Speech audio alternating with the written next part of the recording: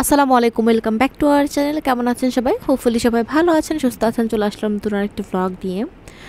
তো আজকে ছিল মঙ্গলবার দিন। আমরা ঢাকাতে আসি আজকে ভোরবেলা। তো এসে একদম ঘুম ঘুম থেকে উঠে আজকে বিকালে বের হয়েছি, একটু মার্কেটে যাচ্ছিলাম।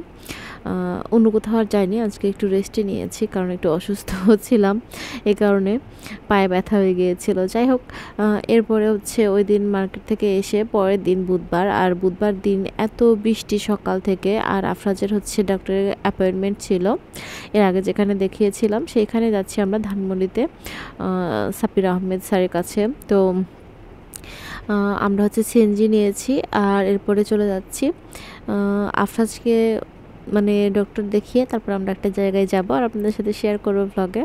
তো আপনাদের এখানে খুশি, আবার এখানে দেখা যাচ্ছে মুড অফ।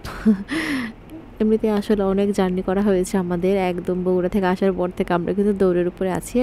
গত দিনটা একটু রিল্যাক্সে ছিল, মানে বাসাতে বেশিরভাগ সময় ছিলাম, বিকাল দিকে তারপরে বের হয়েছিলাম। আর আজকে বের হলাম, বাট আজকে একদম বৃষ্টি, আর এমন বৃষ্টি শুরু হয়েছে, টানা 3 দিন ধরে বৃষ্টি চলছে। বাট আমাদের ঢাকাতে আসলে এখন বৃষ্টি ছাড়া হলে ভালো হতো, মানে একটু কাজ ছিল, ঘোরাঘুরি, এখানে সেখানে ডাক্তার দেখানো, সব কিছু মিলে বৃষ্টি না হলে বেশি ভালো হতো। বাট কি আর করার, বৃষ্টি পেয়েছি। তো আমরা চলে এসেছি কিন্তু বাংলাদেশ আই হসপিটালে, এটা ধানমন্ডি শাখা যেটা। আর এখানে এসে আমরা এই যে আফরাজের যখন আসতে বলেছিল তখন আসলাম, এরপরে ওর সিরিয়ালটা দিয়ে দিল। আর এখন ওকে মানে ওর চোখটা চেক করবে, তারপরে ডক্টর দেখবে। খুব বেশি সময় লাগে না এখানে, এই কারণে আমার খুব ভালো লাগে। আর হসপিটালটা এত ক্লিন, এত মানে ভালো, আমার নিজের কাছে খুবই ভালো লাগে। মানে আসলে আসলে রোগীরা সুস্থ হয়ে যাবে এরকম একটা পরিবেশ, ভালো, অনেক সুন্দর এনভায়রনমেন্ট আর কি। অনেক জায়গায় দেখা যায় অনেক বেশি গেলেই সাফোকেশন হয়ে যায়, এমনি অসুস্থ হয়ে যাওয়া হয়, ওরকম টাইপ না। তো বেশ ভালো লাগে এখানে আমার আসতে। তো আফরাজ বেবি এই যে ওর চোখটা পরীক্ষা করছিল, আর ওর সাথে একজন করে থাকতে পারবে, এর জন্য ওর পাপা গিয়েছে আর আমি এখানে বসেছিলাম। দেন ডক্টর কিন্তু আফরাজকে চেক করলো আর বললো যে আলহামদুলিল্লাহ ভালো আছে, আর এখন রেগুলার রুটিন করলেই হবে। ওর 8 মাস পরে আবার একটা চেক আপ দিল, আর পাওয়ারটা সেমি রেখেছে, ইনশাল্লাহ ওইটাতে দেখা যাক কী হয়। তো ডক্টর দেখানোর পরে ওদেরকে আবার বেলুন দেয় প্রত্যেক বাচ্চাকে। তো আফরাজ ব্লু কালারটা নিয়েছে। এরপর আমরা বসেছিলাম কারণ বাইরে অনেক বৃষ্টি হচ্ছিলো, আর আমরা ওয়েট করছিলাম তন্ময় ভাইয়া আসবে, ভাইয়া আমাদেরকে বাসা নিয়ে যাবে, বাবলি বলেছে ওইখানেই লাঞ্চ করতে, দেন দেখা করতে। এখানে ওর শ্বশুর বাসা, মানে ঢাকার যে ফ্ল্যাটটা ধানমন্ডিতে খুব কাছে, এজন্য। তো বৃষ্টি পড়ছেই, তারপরে যে ভাইয়া আসছে, তো আমরা আবার রিক্সা করে চলে আসলাম এখানে। আফরাজ বাবু করছে, তাই ফার্স্টে সে দেখবে খুশি। আর তারপরে এই যে এখানে সে চলে যাচ্ছিল। তো আমরা মানে ডক্টরের কাছে এসেছি নিচে থেকে, এটা দোকান থেকে একটু কোক আর চিপস টিপস কেনা হলো আর কি তাইফের জন্য। আর এখানে তাইফ এখনও নাই, ভাইয়া আবার আমাদেরকে এখানে দিয়ে তাইফকে স্কুল থেকে নিতে গেল, আর বাবলি উপরে আছে দাঁড়িয়ে। তো আমরা লিফট করে উপরে যাচ্ছি, আর আফরাজের এখানে ঘুম পাচ্ছিল মনে হয়। এরপরে তাইফ আসলে স্কুল থেকে, সে অনেক খুশি। আর এই যে আফরাজকে দেখে ওকে বলছি কোলাকুলি করতে, মনে হয় দুজনকে দেখে খুশি হয়েছে অনেকদিন পর। আর আফরাজ এখানে একটু অসুস্থ ছিল ওই দিন। আর এইটা টাইপের স্কুল ড্রেস, আইডি কার্ড। তো এই তো টাইপকে বললাম তোমার স্কুলে কি টিফিন করেছো? সে বললো টিফিন খেয়েছে। আর ওর একদম মর্নিং স্কুল, অনেক সকালে যায়। এরপর চেঞ্জ করে আফরাজের সাথে খেলছে। আর আফরাজের এখানে শরীরটা খারাপ হয়ে গিয়েছিলো, কেন জানি না মানে বমি করলো, গ্যাস হয়ে গিয়েছিল। সকালে খিচুড়ি খেয়েছিল অল্প একটু, তারপরেও তো এই তো এখানে একটু পরে আবার সুস্থ হয়ে গিয়েছিল আলহামদুলিল্লাহ। দেন ড্রয়িং রুমে আসলাম। আমি বলছি কি একটু ছবি টবি তোলা হোক। আর ভাইয়াদের বাসাটা খুব সুন্দর করে ডেকোরেট করা, আন্টির প্রত্যেকটা বাসায় সুন্দর করে ডেকোরেট করা। তো এই জন্য তো আমরা একটু ছাদে যাব, ছাদে আবার বৃষ্টি হচ্ছিলো, এই জন্য তখন আর যাওয়া হলো না। এরপরে আফরাজকে খাওয়াচ্ছি আর তাইফকে খাওয়াচ্ছে পাবলি। তো এখানে অনেক কিছু রান্না করেছিল আন্টি, পোলাও, এরপরে চিকেন, এরপরে বিফ, তারপরে ফিশ ছিল, ভেজিটেবল, সব কিছু। এই তো অনেক মজা করে আফরাজ খেয়ে একটু রেস্ট করলো। দেন আবার আমরা ফাইনালি একটু বৃষ্টি কমলে ছাদের উপরে যাচ্ছি। তো আমরা খাওয়ার সময় ভিডিও করা হয়নি, আফরাজকে ফোন দিয়ে রেখেছিলাম এর জন্য। এরপরে ছাদের উপরে যাওয়ার জন্য আমরা কি বলে ছাদের উপরে কোনো ফুটেজ নেই আমার ফোনে, বুঝলাম না কেন। ছাদটা অনেক সুন্দর ছিল।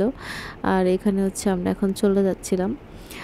আর এরপরে হচ্ছে ওইখান থেকে আমাদের বিকেলবেলা ইসলামিয়া আই হসপিটাল যেটা আছে সেটাতে হচ্ছে আফরাজকে আবার চোখ দেখাবো, সেই জন্য যাচ্ছিলাম।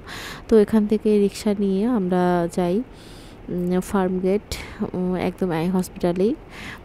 আর এই হচ্ছে সংসদ ভবনের এরিয়া। তো আমরা যখন আসি ওপাশে হচ্ছে গণভবনের এরিয়ার দিয়ে আসলাম। তো যাওয়ার সময় আবার দেখছিলাম। আর আফরাজের হচ্ছে বিকালবেলা এই মানে চেক আপটা ছিল, এই জন্য তো বাবলিদের বাসায় আরও ওয়েট করতে বলছিল, কিন্তু বললাম যে সময় নাই। আবার ও হচ্ছে ওর সিরিয়াল দিবে, মানে ডেলিভারি হবে ইনশাল্লাহ কিছুদিনের মধ্যে, এজন্য ভাইয়াও আবার ক্লিনিকে গেল সব কিছু রুম মানে ঠিকঠাক করার জন্য, কোনটা বুকিং করবে সেইটা নিয়ে।